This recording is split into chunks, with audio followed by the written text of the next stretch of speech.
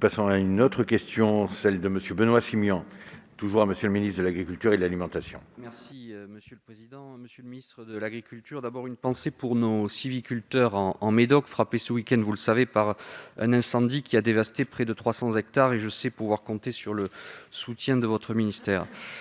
J'attire votre attention aujourd'hui sur le sujet de la viticulture et le sujet de l'incitation fiscale pour accompagner nos viticulteurs et la transition écologique. L'année dernière, dans le projet de loi de finances, j'alertais le gouvernement sur une mesure d'incitation fiscale pour encourager l'agroécologie en continuant seulement d'exonérer les viticulteurs de contribution économique territoriale, l'ancienne taxe professionnelle, pour ceux qui sont lancés dans des démarches de sortie de la chimie. Il m'avait été répondu que ce type d'exonération n'était pas opportune et que notamment il pouvait y avoir un risque d'inconstitutionnalité vis-à-vis du principe d'égalité devant l'impôt.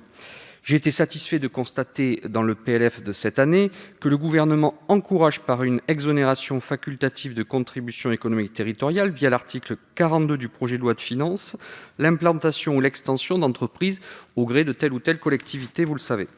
Cet article, lui, n'a pas été frappé d'inconstitutionnalité. J'en déduis donc que l'exemption de taxes partielle ou exceptionnelle que je proposais ci-dessus est tout à fait faisable, une sorte de différenciation fiscale avec un bonus écologique. Je regrette que ce type d'exonération ne soit pas également fléché sur des projets de développement durable, car beaucoup de viticulteurs en France souhaitent sortir de la chimie, mais les coûts les en empêchent.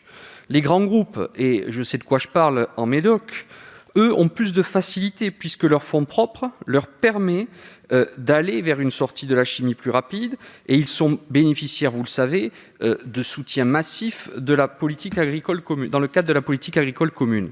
En revanche, les petites productions viticoles n'ont pas ces facilités et rencontrent des difficultés financières à opérer cette transition écologique de sortie de la chimie.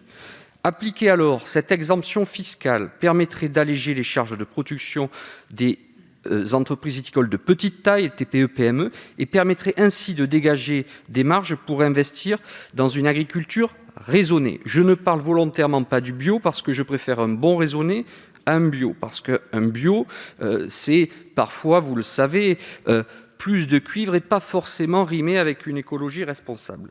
Les communes y gagneraient alors en qualité de l'air, qualité de l'eau, et ce débat passionne en ce moment sur nos territoires, notamment quand il y a agriculteurs et zones urbaines, et seraient moins victimes d'épandages toxiques. Aussi, je souhaiterais connaître la position du gouvernement concernant cette idée de mettre en place une exonération de contribution économique territoriale pour les viticulteurs lancés dans des démarches de sortie de la chimie. Il nous reste le dernier projet de loi de finances de ce mandat-là pour le mettre en place. Je vous remercie, Monsieur le ministre. Merci, Monsieur Simian. Monsieur le ministre. Merci beaucoup, Monsieur le Président, Messieurs et Madame la députée.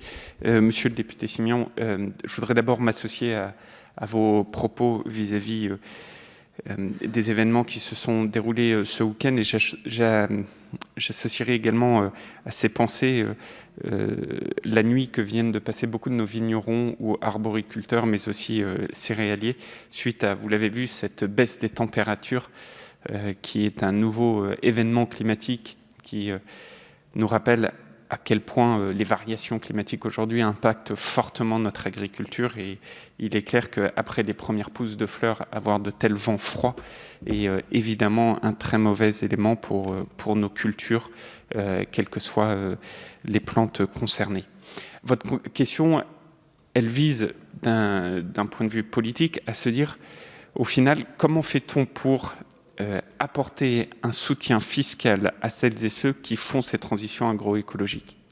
Et ce positionnement politique, je vous remercie de l'aborder parce qu'il montre plusieurs choses. Il montre d'abord que la transition agroécologique, elle n'est pas suffisamment créatrice de valeur par elle-même. Elle devrait être créatrice de valeur sur les prix payés consommateurs, qui implique que le parlementaire que vous êtes soutiennent la filière en disant, comme ce n'est pas suffisamment créateur de valeur d'un point de vue du marché, il faut absolument qu'il y ait des dispositifs d'exonération fiscale pour, ce faisant, créer la valeur nécessaire au coût des transitions. Je crois qu'on est au cœur du sujet. Et vous m'avez toujours entendu le dire, les transitions agroécologiques seront d'autant plus rapides qu'elles seront créatrices de valeur pour le compte de résultats de nos agriculteurs, de nos viticulteurs, de nos éleveurs, de nos arboriculteurs. Et ça, c'est essentiel. Il ne faut jamais le perdre de vue. Alors, à partir du moment où on fait toutes les actions pour créer de la valeur sur le marché, mais que ça met plus de temps que le temps d'un compte de résultat d'un agriculteur, il nous faut passer par des dispositifs fiscaux, le temps d'eux, si j'ose dire. Et vous proposez cette exonération de la CET. Moi, j'ai fait exactement le même raisonnement que vous lors du dernier PLF, et j'ai proposé, et cette Assemblée l'a adopté, non pas l'exonération du CET, mais la création d'un crédit d'impôt HVE, qui précisément était une demande depuis, et vous le savez très bien, monsieur le député, depuis de très nombreuses années, en particulier de la part des viticulteurs. Ce crédit d'impôt, il vient d'être mis en place au 1er janvier 2020. On va voir comment il va se dérouler, et puis on reparlera de tout ça à la fin de cette année pour la préparation du nouveau PLF. Merci beaucoup. Merci, monsieur le ministre.